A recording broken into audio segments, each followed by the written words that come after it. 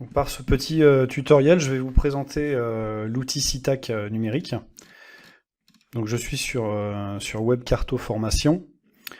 Un sinistre a été créé, il est dans cette zone-là. Donc, je vais zoomer sur la zone qui m'intéresse. Donc, en fonction de votre qualité internet, l'affichage peut être plus ou moins fluide.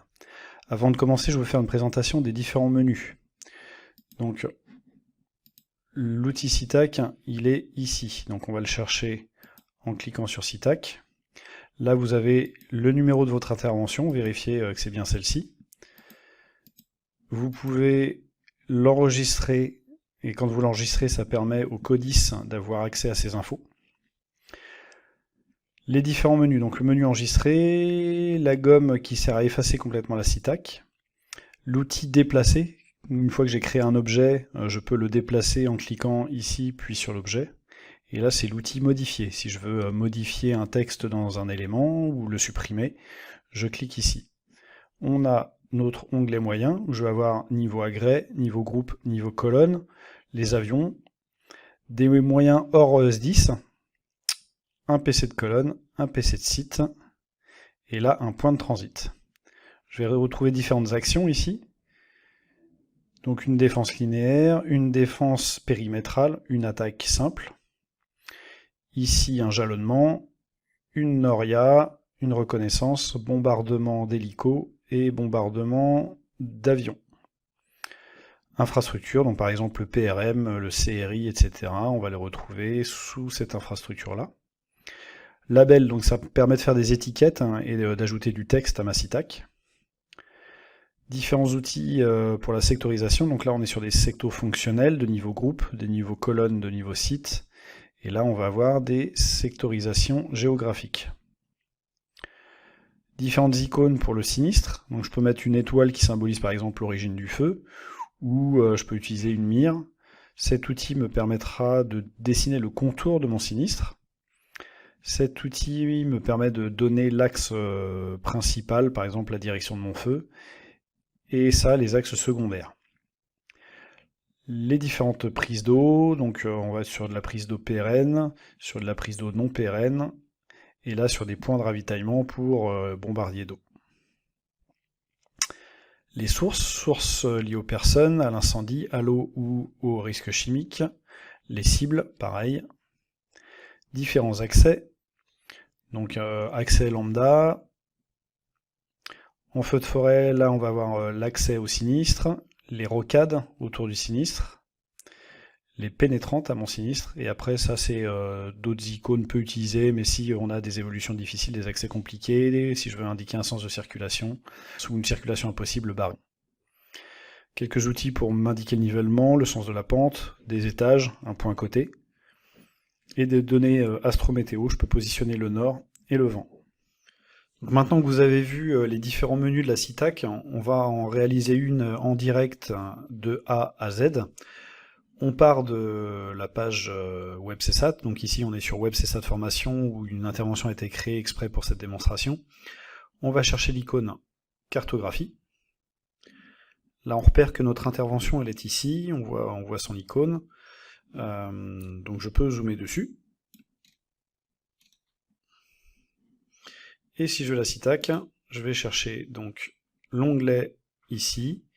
On peut l'enregistrer régulièrement, ce qui permettra au CODIS d'avoir une visu de cette SITAC. Un point sur lequel il faut faire attention, l'icône correspond à l'adresse qui a été saisie par le CODIS, mais ce n'est pas forcément le sinistre exactement, notamment sur un feu de forêt où l'adresse n'est pas forcément précise. En l'occurrence, pour cette simulation, on va imaginer que l'origine du feu est ici le long de la départementale 217. La première chose à faire, ça va être de positionner notre sinistre. Donc on peut utiliser la petite croix que je positionne, voilà, c'est mon origine du feu. Ensuite, dans le cadre d'un feu de forêt, ce qui est important, c'est de matérialiser rapidement le sens d'évolution du feu. Deux solutions pour ça. Soit on va dans sinistre et on peut chercher cette icône qui est l'icône d'axe de progression. Alors personnellement, je la trouve très grosse, donc elle me plaît pas trop. Donc on peut l'effacer. Donc pour effacer, je vous rappelle, on vient cliquer sur modifier, je clique sur mon objet et la petite gomme pour effacer. Donc on peut tricher Et si je veux faire le sens d'évolution de mon sinistre, je peux utiliser la petite flèche d'action comme si je faisais une attaque. Voilà, cette flèche me correspond beaucoup mieux. Maintenant, dans le cadre d'un feu de forêt, par exemple, on va matérialiser l'étendue du sinistre. Donc pareil, je retourne dans sinistre, et là je vais utiliser sinistre périphérique, et je peux placer les différents points qui matérialisent mon feu. Voilà mon feu. Si je veux en mesurer sa surface, je peux utiliser le petit outil de mesure surfacique qui est ici.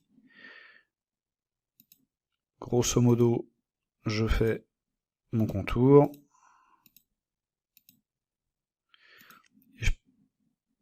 Voilà, je verrouille en double-cliquant.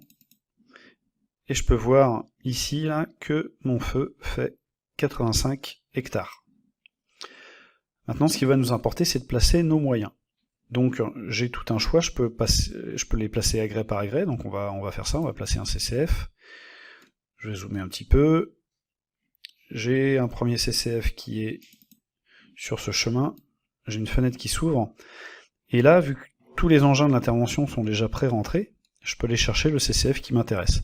Par exemple, on va prendre le CCF Angers Chêne Vert, je viens le sélectionner. Je verrouille, je vais chercher un autre CCF pour me faire un groupe complet. Je peux placer mon VLCG. Le VLCG, je vais imaginer qu'il est au début du sinistre. Alors là, il apparaît en rouge par défaut, mais vu qu'on est sur un engin de commandement, je vais chercher dans catégorie, commandement, et voilà, il apparaît en violet. Et donc, vu qu'il s'agit d'un GIF, il s'agit probablement d'un VLHR, je vais mettre le VLHR Boger. Maintenant, imaginons que le COS prévoit de placer un second GIF sur le flanc droit. On n'est pas obligé de placer moyen par moyen, je peux mettre le GIF complet. Donc là, je vais placer mon groupe qui va venir travailler sur le flanc droit. Ce groupe, par exemple, n'est pas encore arrivé, donc il est en prévision. Je vais cliquer prévision, vous voyez, il passe en pointillé. Et pour un groupe, on ne peut pas placer les noms de chaque engin, donc ce que je suggère, c'est de placer le nom du chef de groupe. Donc ça va être le VLHR Jarzé. Et dans les notes, par exemple, vous pouvez préciser le contenu de ce groupe. Un petit rappel, si vous souhaitez déplacer votre engin, vous allez dans cet outil modifier les géométries, et je peux placer mon groupe là où je le désire. Pareil pour le feu, si je veux modifier son emprise, je double-clique dessus. Là, j'ai des petites croix qui apparaissent, et si je clique sur la petite croix, alors il faut être assez précis, parce que sinon c'est le fond de carte qui bouge. Voilà, je peux modifier l'évolution de mon sinistre. Il y a un petit défaut de conception, c'est que il faut vraiment être très précisément sur la croix, sinon ça marche pas trop. Avec la molette de ma souris, je zoome, je dézoome à l'envie, c'est ça qui est vraiment pratique avec la Citac numérique. Je peux placer mes actions. Donc imaginons ce GIF en prévision, je prévois qu'il jalonne la tête du feu avant flanc droit. Donc mes actions sont là. C'est une action qui est en prévision, donc il faut que je la mette en pointillé, donc je clique prévision, voilà. Imaginons que mon autre GIF fait un jalonnement de l'autre côté. Là je le place, et là vous voyez qu'il ne se place pas dans le bon sens. Donc ce que je fais, c'est que je vais faire modifier, je clique dessus. Pareil, il faut être bien précis, hein, c'est pas toujours évident ça. Voilà, et je fais inverser ici. J'appuie sur inverser, et vous voyez que les flèches se sont positionnées dans l'autre sens, dans le sens qui m'intéresse.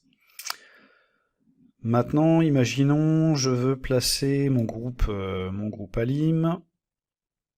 Donc je vais chercher un groupe, j'ai le groupe Alim qui est en train de travailler sur cet étang. Il s'agit de l'alimentation, donc je vais dans catégorie, je vais chercher eau, et voilà, je le place en bleu. Je vais lui affecter un chef de groupe à ce groupe Alim. Donc je vais chercher une des VLCG, par exemple on va dire que c'est le VLCG Boger qui s'en occupe. Et ce groupe alim réalise des norias entre l'origine du feu et l'étang pour pouvoir réalimenter les CCF. Donc dans Action, je vais chercher noria, je dessine le contour que je veux lui mettre à cette noria. Par défaut, comme toujours, il se met en rouge, mais il s'agit d'une noria d'eau, donc je vais la modifier. Et voilà. On peut imaginer que j'ai des enjeux, par exemple des victimes, pas forcément des victimes, mais des personnes que je veux protéger. Là, on voit que à proximité du feu, j'ai un hameau. Donc là, je vais chercher une cible liée aux personnes que je vais placer. Je peux lui rajouter des petits renseignements. Donc là, je vais dire qu'on a des maisons, et en note, je peux préciser qu'on a 4 personnes qui y vivent. Une fois qu'on a fait ça, on peut commencer à s'intéresser à notre sectorisation. Donc ici, j'ai 2 secteurs géographiques, le flanc gauche, le flanc droit, et j'ai un secteur fonctionnel qui est l'alimentation. Donc la sectorisation, je vais chercher mon secteur fonctionnel, hop, je le place ici.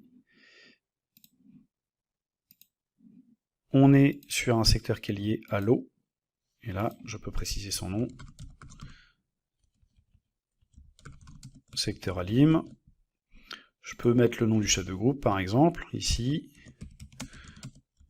et son numéro de téléphone si j'avais besoin de le joindre. Et nos 2 secteurs géographiques, on va les dessiner du coup. Donc on est des secteurs de niveau groupe. Hop, je veux dire que mon secteur flanc droit, il fait ça. Alors, un petit défaut, c'est qu'on est vite contraint en bas de page. Donc il faut bien régler son zoom avant. Là, j'ai mon secteur. Je peux faire le même de l'autre côté.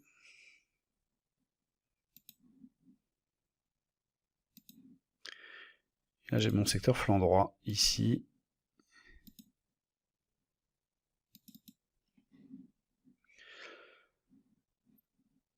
En théorie, je dois pouvoir lui affecter un nom. Voilà. Donc secteur flanc droit.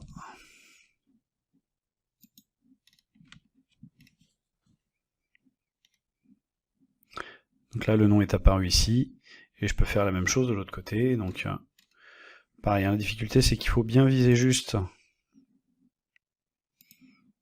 Sinon, c'est la carte qu'on fait travailler.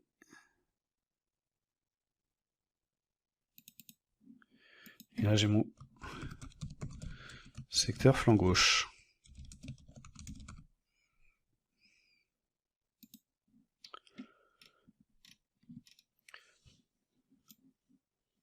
Mon VPC que je peux placer également, donc on peut imaginer que le VPC il s'est placé un petit peu en retrait, là on a une zone qui a l'air assez dégagée, donc j'ai le PC qui s'est placé là, le PC il est ici. Je mets une petite étiquette, VPC. Donc vous voyez qu'assez rapidement, là, on en est à peine une dizaine de minutes, on a pu dresser une secto numérique et évolutive. Et là, si je l'enregistre, on peut mettre le groupe horaire, ce qui permettra au Codis d'avoir une visualisation de cette carto depuis Beaucouzé. Donc c'est un outil assez simple, je vous invite à manipuler maintenant les différentes icônes, les différentes fonctionnalités, pour vraiment vous entraîner et pour que le jour J, il n'y ait plus de doute sur le fonctionnement de cet outil. Merci à vous.